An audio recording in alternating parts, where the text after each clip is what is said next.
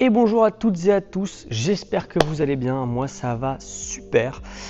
Aujourd'hui, nouvelle vidéo, nouveau sujet d'entraînement. Aujourd'hui, on va parler souplesse et mobilité. On va déjà expliquer un peu la différence entre souplesse et mobilité. La souplesse, c'est notre capacité à aller loin dans un mouvement et donc du coup à s'étirer aussi bien au niveau du muscle que de l'articulation. Les facteurs qui vont être limitants dans cette souplesse, ça peut être l'excès de muscle, on a trop de masse et donc du coup on n'arrive pas à l'étirer, ou alors ça peut être un petit blocage articulaire. Exemple, ce qui m'empêche d'aller toucher mes pieds, c'est mon passé de footballeur, de rugbyman, de cycliste qui fait que j'ai les ischio-jambiers qui sont hyper solides et qui m'empêchent d'étirer toute la fibre musculaire et les tendons, les ligaments pour me pencher hyper bas. J'espère que vous avez l'image. Et maintenant, la mobilité, qu'est-ce que c'est? Eh bien, ça va être l'utilisation de cette souplesse, du coup de cette amplitude articulaire, mais avec du mouvement. Les deux vont de pair, forcément. Par exemple, je suis souple, j'arrive à toucher la prise rose, mais dans cette amplitude-là, je ne suis pas mobile. J'arrive pas à griffer, à ramener le pied dessus. C'est trop haut. Ma mobilité, elle va se limiter à, par exemple, une prise plus basse, où là du coup j'arrive à l'atteindre, mon amplitude d'ouverture de jambe, de bassin elle est bonne, mais du coup j'arrive à être mobile, à la valoriser. Ça va être ça sur des talons, sur des ouvertures d'épaules, ça va être plein de choses en escalade. Et aujourd'hui on va voir comment développer notre souplesse, mais surtout notre mobilité au niveau des membres inférieurs. L'objectif, ce sera d'arriver à mieux se placer sur le mur, tantôt pour rapprocher le bassin du mur que placer des contrepointes, des talons, etc. Vous avez l'idée. Sans plus tarder, commençons par un premier exercice. Pour cette série d'exercices, je vais me baser sur mon expérience et ma routine que je me suis imposée depuis plusieurs années, et en vous proposant du coup des choses qui m'ont été utiles dans mon entraînement et mon expérience. Voilà, à tout à chacun de s'approprier, on va dire, ce que je vous propose. Et ce n'est pas acquis, sachant que la science de l'étirement, elle est encore jeune. Il y a beaucoup d'études qui se font dessus et on n'est pas encore tout à fait certain de ce qui se passe. Vous voyez, là pour l'instant, moi c'est des étirements qui sont statiques. Donc là, j'ai mes deux pieds dans l'axe et l'objectif c'est d'extirer un petit peu mon ischio-jambier. Je sais que je suis pas très souple justement sur cette mobilité-là. Alors dans un premier temps, j'étire un peu le muscle, histoire de voir ce qui se passe. Et ensuite seulement, hop, j'ouvre un peu les deux pieds à 90 degrés. Et là, vous le voyez, mes épaules sont sur le même plan. Je cherche pas à me tourner vers mon pied. Le but du jeu, c'est d'être vraiment, hop, comme un mime face à un mur. Et je viens vers mon pied sur le côté et c'est là que je vais tirer mon adducteur. Là, je fais de l'étirement. Ce qui m'intéresse, moi, c'est de la mobilité. Sur la même zone, donc ischio-jambier et adducteur. Et là, je vais juste me pencher, les mains dans le tapis, je peux chercher loin devant, loin derrière, aller chercher un pied et donc commencer à le cibler, vraiment rentrer l'épaule, puis un deuxième pied, etc. Et là, vous sentez que je suis un peu mobile. Ok, alors pendant que je m'étire et que je fais mes gammes de mouvements, je vous laisse observer et prendre note vous-même. On peut un peu parler des étirements avant, après séance. Qu'est-ce qu'il y a de bon? Alors moi, c'est des étirements qui sont avant séance pour prendre un peu la température de mon corps, pour prendre des informations. Quand je m'étire de manière très passive et que je vais jusqu'à un étirement loin dans le mouvement, eh bien en fait, vu que j'étire un muscle principalement, je regarde si ce muscle en question il n'est pas fatigué, si j'ai pas une forme de courbature, de douleur, une petite information qui peut arriver. Quand je commence à mettre du mouvement dedans, eh bien je vois au niveau articulaire, mes genoux, au niveau de mon bassin, qu'est-ce qui se passe? Est-ce que mes sensations d'équilibre dans le tapis, de déséquilibre, elles sont là? Est-ce que je suis connecté un tout petit peu avec toute l'ossature et la musculature du corps? Et ces étirements, que vous les fassiez le matin ou le soir dans votre journée, eh bien ils ont des impacts aussi différents sur vous, votre santé au global.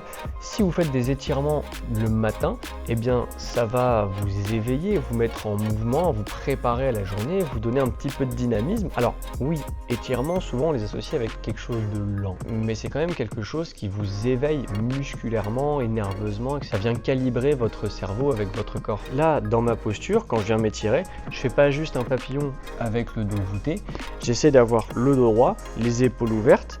Si je veux, je tiens mes chevilles et avec mes coudes, hop, je fais un petit levier et je viens appuyer sur mes genoux. Si j'appuie sur mes genoux, je suis obligé de me pencher en avant sans me courber, me voûter au niveau du dos.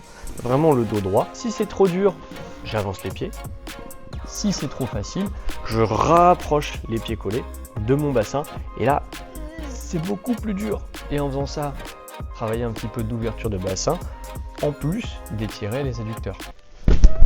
Étirement après séance pourquoi pas, mais à condition qu'il ne soit pas trop violent par rapport à ce que vous êtes mis dans la séance. C'est-à-dire que si j'ai déjà fait à fond travailler là mon fessier ou mon ischio parce que j'ai mis des gros talons et que du coup le muscle a été hypertrophié, il a saigné pendant la séance, si j'ai encore le faire saigner, eh bien il va peut-être pas aimer et surtout sa récupération elle sera peut-être pas correcte.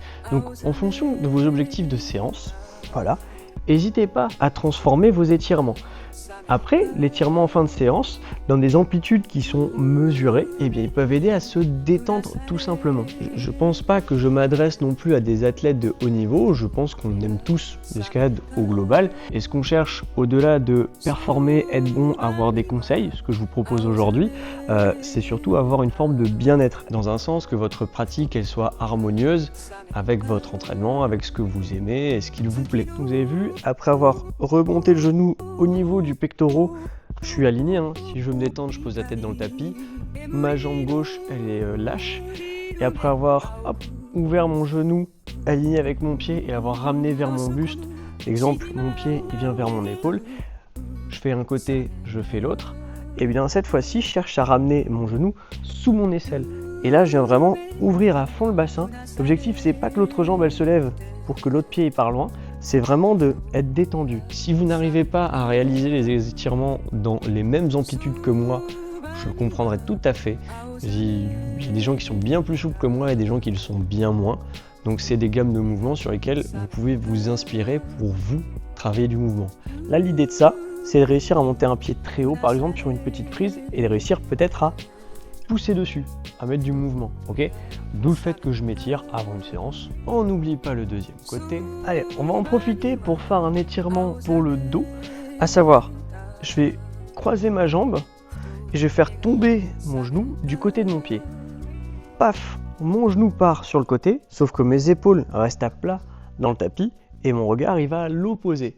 Si je, avec ma main, j'accompagne le genou, hop, pour amplifier l'étirement au niveau du dos, et ça va être un peu tourné et les épaules et le bassin qui va m'étirer un peu la colonne vertébrale. Donc si vous avez retenu les étirements avant ou après séance, et bien c'est en fonction de l'objectif de votre séance, son intensité et donc du coup aussi la récupération que vous allez avoir derrière et vos motivations, quel était le but de cet étirement ou de ce travail de mobilité. Est-ce que c'était vraiment dans un but d'assouplissement ou juste d'entretien, de bien-être, de relaxation? Pour cet étirement-là, vous voyez ma posture, hein, j'ai deux genoux dans le tapis, j'ai mon pied qui est très proche de mon bassin et je vais venir m'allonger dessus.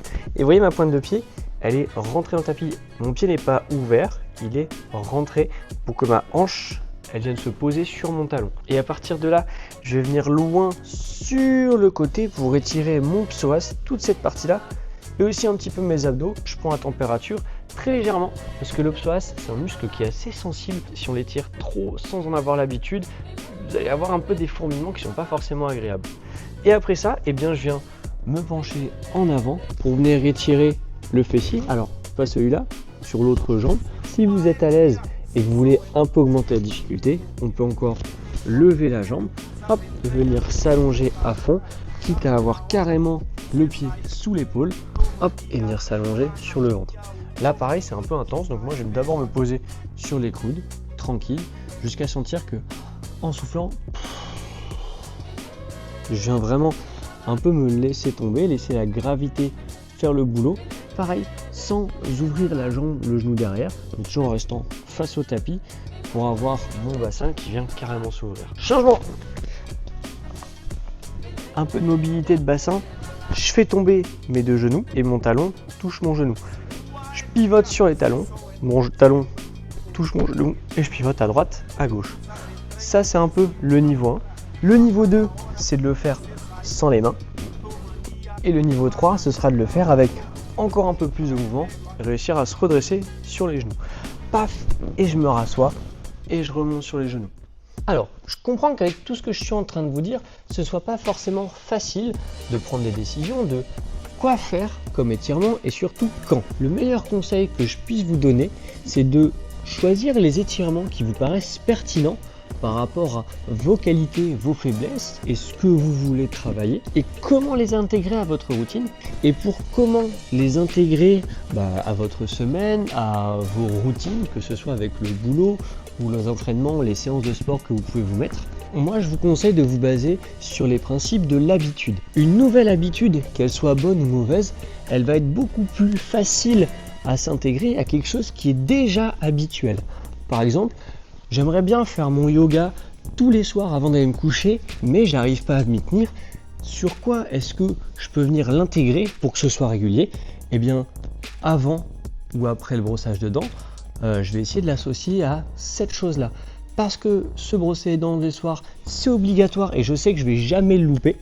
Et à chaque fois que je vais me brosser les dents, je vais me faire la réflexion de « Hey, mais j'ai pas fait mon yoga !» Et là, ça va marcher. Eh bien, personnellement, ce qui fait que je prends toujours plaisir à m'étirer et à travailler ma mobilité, c'est de 1, je sens que ça fait du bien à mon corps. Et de 2, c'est une habitude qui est ancrée. Elle est ancrée à quoi? À mon échauffement. Avant de mettre le baudrier, avant de faire du bloc ou quoi que ce soit, il y a toujours un temps où je vais chercher à m'échauffer et avant même de m'échauffer, je pense à m'étirer. C'est vraiment ma routine de mobilité. Là, ce qu'on fait comme petit exercice, c'est du bonus. Ça, c'est ce que je me fais sur une séance d'étirement en plus parce que ce travail de mobilité-là, j'ai du mal à le faire quand je suis en extérieur en falaise. J'ai jamais un sol plat, je vais m'abîmer les genoux, c'est pas pratique. Donc en fonction de ma séance, eh bien, je vais sélectionner aussi les étirements qui sont pertinents et qui sont les plus efficaces pour m'échauffer et me préparer à l'activité. Quand je suis dehors et que je vais être prêt à l'effort, eh bien, je vais peut-être plus prioriser des étirements balistiques, donc avec du mouvement, de l'amplitude et un peu de force. 1, parce qu'ils sont faciles à réaliser, à mettre en place, et en 2, parce qu'ils font monter ma température du corps. Mais comment est-ce que j'ai fait pour réellement ancrer ces routines-là, ces habitudes, ces gammes de mouvements, les faire presque de manière automatique sans y réfléchir? Eh bien, ça demande beaucoup de rigueur, semblant de rien. Il faut s'y tenir les premières fois.